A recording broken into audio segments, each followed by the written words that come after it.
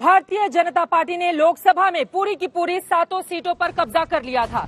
लेकिन अगर सांसदों के रिपोर्ट कार्ड को हम देखें तो उनके इलाके में वोट के हिसाब से क्या प्रदर्शन रहा है भारतीय जनता पार्टी का और आम आदमी पार्टी का, अब वो जानना बेहद जरूरी हो जाता है। बीजेपी सांसदों का रिपोर्ट कार्ड आपके सामने रखेंगे, एक एक करके तमाम वो आंकड़े आपके सामने आते हुए चले जाएंगे, जिससे पता चलेगा कि बीजेपी के सांसदों का कितना प्रभाव है और अपने अपने वोट को जिताने के लिए। सबसे पहले देखिए रमेश विधोड़ी, साउथ दिल्ली से रमेश विधोड़ी हैं। कुल वोट 37 है यहाँ पर, जिनमें से बीजेपी को 13 सीटों पर, आप देख पा रहे हैं 13 सीटों पर यहाँ पर बीजेपी को जीत मिली है। 23 सीटों पर आम आदमी पार्टी, यानी कि रमेश विधोड़ी के इलाके में आम आदमी पार्टी ने 10 सीटें ज्यादा हासिल कर ली हैं। और यहाँ पर अब रमेश विधोड़ी को सोचना होगा कि आखिर वो कहाँ कमियां रह गई, जिसके कारण साउथ दिल्ली ने एक तरह से आम आदमी पार्टी के पक्ष में जनादेश दिया है। कांग्रेस पार्टी 1 पर, रमेश विधोड़ी जो साउथ दिल्ली से सांसद है बीजेपी के। अब अगला नाम, जल्दी से इस गाड़ी को आगे करते हैं। अगला नाम गौतम गंभीर का, ईस्ट दिल्ली से गौतम गंभीर सांसद हैं, वो आंकड़ा भी आपके सामने हम रखेंगे। गौतम गंभीर जो लगातार अरविंद केजरीवाल पर सीधा अटैक करते रहे, चाहे ट्वीट के जरिए चाहे अपने बयानों के जरिए। कूड़े के पहाड़ को लेकर भी आम आदमी पार्टी और बीजेपी के बीच जब जबरदस्त तनातनी चली तो हमने देखा गौतम गंभीर ने किस तरह से हमला किया था। और देखिए सांसद जी के इलाके में यहाँ पर आप देखेंगे गौतम गंभीर के कुल वोट ईस्ट दिल्ली में आते हैं 36, बीजेपी 22 पर, आम आदमी पार्टी 11 पर। तो यहाँ बीजेपी का रिकॉर्ड अच्छा रहा है इन 36 वार्ड में, बीजेपी 22 पर, जबकि आम आदमी पार्टी पीछे है 11 सीटों के साथ, जबकि कांग्रेस पार्टी ने 3 सीटें यहां पर हासिल की है। ये गौतम गंभीर के ईस्ट दिल्ली का हाल है। अब आगे बढ़ते हुए नॉर्थ ईस्ट दिल्ली, मनोज तिवारी के इलाके का हाल आपको दिखा देते हैं। मनोज तिवारी बीजेपी के दिल्ली के पूर्व अध्यक्ष, पूर्वांचली वोटरों पर जबरदस्त उनकी पकड़, लेकिन उसके बावजूद एक तरफ पूर्वांचली वोटर जहां आम आदमी पार्टी की तरफ शिफ्ट किया है, तो वहीं दूसरी तरफ सांसद जी के इलाके का हाल जानिए। यहाँ पर आप देख पा रहे हैं मनोज तिवारी के इलाके में कुल आते हैं कुल 41 वार्ड, और यहाँ पर बीजेपी 18 पर, आम आदमी पार्टी ने 17 पर, यानी कि एक पीछे है। कांग्रेस पार्टी ने 4 पर जीत हासिल की है।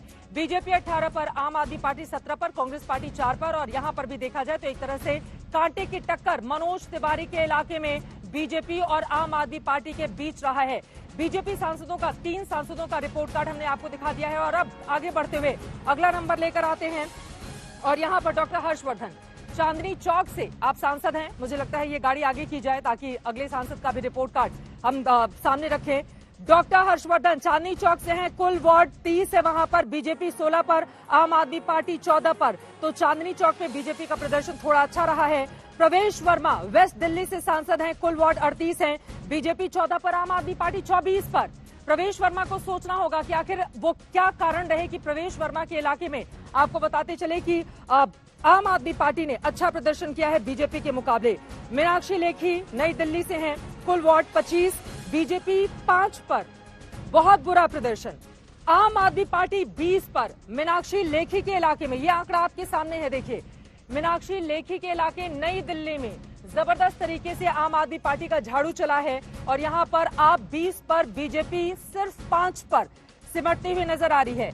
वहीं अगला हंसराज हंस, नॉर्थ वेस्ट दिल्ली से आप सांसद हैं, कुल वोट 43 है। हंसराज हंस के इलाके में बीजेपी 14 पर, आम आदमी पार्टी 26 पर, आम आदमी पार्टी 26 पर। एक बहुत बड़ा फर्क हंसराज हंस के इस इलाके में भी अगर देखा जाए तो, अगर गौतम गंभीर के इलाके को छोड़ दें और मनोज तिवारी को छोड़ दें, हालांकि वहां पर भी कांटे की टक्कर जरूर नजर आई, तो हर जगह आपका प्रदर्शन बीजेपी के इन सांसदों के मुकाबले कहीं ज्यादा बेहतर रहा है। और अब आगे बढ़ते हुए अगर हम दिखा पाए जितने भी दिल्ली में आम आदमी पार्टी से जुड़े हुए जितने भी चेहरे रहे हैं, बड़े बड़े मंत्री, उनके इलाके में क्या हाल रहा है, वो आंकड़ा भी आपके सामने हम रखेंगे कि मंत्रियों ने एक तरह से पटपड़गंज, जो कि मनीष सिसोदिया का इलाका है, आपको बताते चले कि वहां पर हार का सामना आम आदमी पार्टी को करना पड़ा है। सत्येंद्र जैन का इलाका भी आपको दिखाएंगे, वहां पर भी आम आदमी पार्टी को हार का सामना करना पड़ा है, वो आंकड़े आपके सामने रखेंगे। लेकिन विजेंद्र गुप्ता जी सीधे आपके पास आते हुए, अब तो मतलब हार तो मान लेना चाहिए ना बीजेपी को।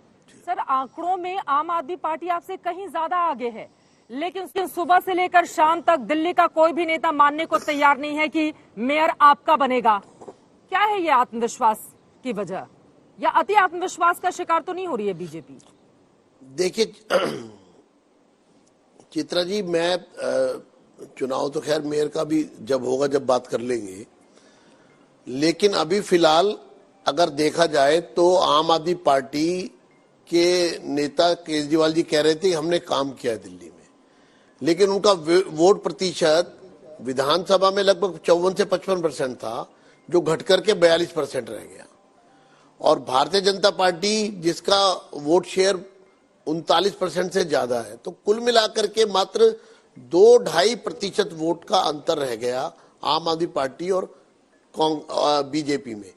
तो इतनी बड़ी बड़ी बातें करना, फिर उनके भ्रष्ट मंत्री 3 सीटें हार जाते हैं, उनके उप मुख्यमंत्री अपने क्षेत्र की सारी सीटें हार जाते हैं, एक सीट जीतते हैं। मेयर कैसे बनेगा आपका? तो आम आदमी पार्टी किस भरोसे सीटों में तो आप नहीं मैंने है तो नहीं कहा मेयर बनेगा या नहीं बनेगा, क्या है, अभी तो मेयर का विषय ही नहीं है।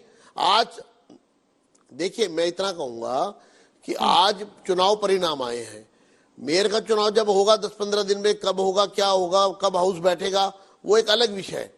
लेकिन विषय ये है कि जो परिणाम है, हम 100 से ज्यादा सीटें जीते, ये कोई साधारण नंबर नहीं है।